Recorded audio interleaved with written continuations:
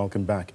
Outa has expressed its worry over the Transport Department's lack of transparency and delays in replacing the driver's license card machine, as well as addressing the validity of cards and license transaction fees. For more on this conversation, we are joined by Wayne Duvenage, who's the CEO of the organization Undoing Tax Abuse. Mr. Duvenage, a pleasure to have you on the program this evening. Could you firstly outline the specific steps that Outa is taking to really advocate for greater transparency, of course, in the management of license and card fees, but also the procurement process for this new license card machine? Yes, so the license card machine, by the way, has been out for tender for about 4 times over the last 5 years. Each time it gets cancelled and the tenderers are asked to re-tender. Very recently, the previous Minister of Transport, Minister Chikunga, indicated that the card machine was imminent, it was going to be introduced, and she even said that the first 100 cards would be printed for 9 provinces by April. We're now nearing August. Nothing has happened. We don't know what this machine has cost us. We've asked the DG, by the way, a couple of years ago, to be transparent about the card machine purchase, where it's purchased, what is the cost, what are the specifications, and we've had no information regarding that. So there's a lack of transparency.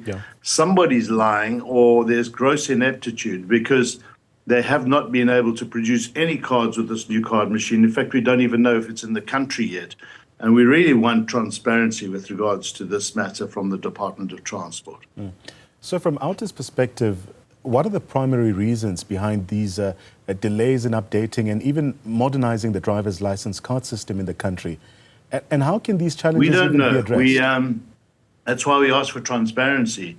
We really cannot understand why it has taken so long to have this card machine purchased. As we've said, 4 years ago, the first tender was put out, and it kept getting cancelled. It was reissued and cancelled. We've asked the Department of Transport to please tell us why is it taking so long and what is happening. Now, we do know that when it comes to procurement in government departments, this is where a lot of corruption takes place, which is why we've asked for transparency. We want to know exactly what's going on, because these card machines have enriched people in the past with these purchases. And we haven't seen any transparency related to this. You know, it costs a lot of money to tender for these type of transactions. It's millions of rands for people to become involved and to put down their tenders, to prepare for them. They have to put down money up front. And every time it's cancelled, there's quite a lot of time wasted and effort wasted by tendering companies. And they get a bit fed up with the department's behavior in this regard. But why this is happening, we don't know. All we can do is speculate that something is amiss here. But how can ordinary citizens contribute to Outa's efforts in really holding public institutions accountable for service delivery and even transparency in governance? Well, I guess this is what civil society is all about. You know, our role is to hold government to account. We do so through the employment of about 45 staff. These are professional project managers and investigators, legal specialists, communication specialists, and we're crowdfunding. So how people can help is really just to support civil society organizations like ourselves. That's the one thing. But the other thing is when whistleblowers come with information that shows the wrongdoing, that speaks of the maladministration and the ineptitude or the corruption that's taking place, to just feed that information through to us on our website at outa.co.za. We've got a whistleblowers line, which is completely anonymous. It's very secure. And we ask people to feed us the right information and their actual information so that we have got more facts to challenge government with. Wayne, considering the current regulatory framework, what legislative changes or even policy reforms would Outa recommend to indeed streamline the process of license card issuance, but also reduce these administrative burdens? Well, one of the things we did suggest to the Minister Fikile Mbalula, this was 3 transport ministers ago, back in 2021, when there was a big backlog of driver's licenses, is we did a lot of research and did a presentation to him and said, look, we propose that government moves the 5-year deadline to 10 years. They then did their research, and in 2022, the minister tasked the RTMC to do their research, And then later on that year, he indicated that, look, to make this process more efficient, and many countries around the world operated 10 years, they would be looking at moving the validity period out to 8 years. Now, that's a bit better than 5. It wasn't quite 10 years that we wanted. And this is part of the transparency, or so the efficiencies that we want government to introduce. And then lo and behold, earlier this year, the Minister Chikunga said, no, we've gone back. We've decided now to scrap this decision to move it to 8 years, and we've gone back to 5 years. This is a serious problem for us, especially when government says they've done their research and decided to push it out to 8 years. In fact, Minister Dupuy-Peters in 2013 indicated that they gazetted that they were going to increase the driver's license validity period to 10 years.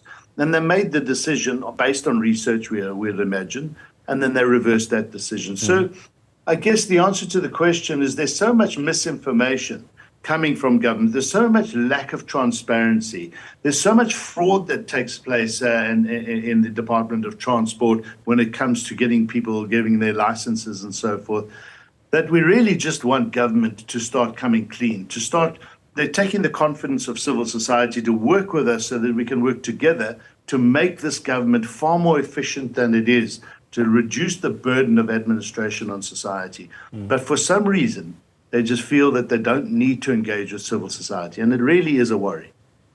So in your opinion, Wayne, what are the long-term benefits of really improving transparency, but also efficacy in the public sector service delivery, particularly concerning transport and licensing as well? Yeah, I mean, recently we also challenged the RTMC with regards to the cost of its licenses, its online processes, which, by the way, is a lot cheaper if you go in. You'd expect the other way around. Things should be a lot more cheaper if it's done online and more expensive if you're going to go and use their staff and facilities to get these licenses and vehicle renewals and so forth. So I guess the only answer to that question is transparency. We've always said transparency is the enemy of corruption, and we would like government to be transparent, to tell us why they make certain decisions. Every time we ask them, they don't.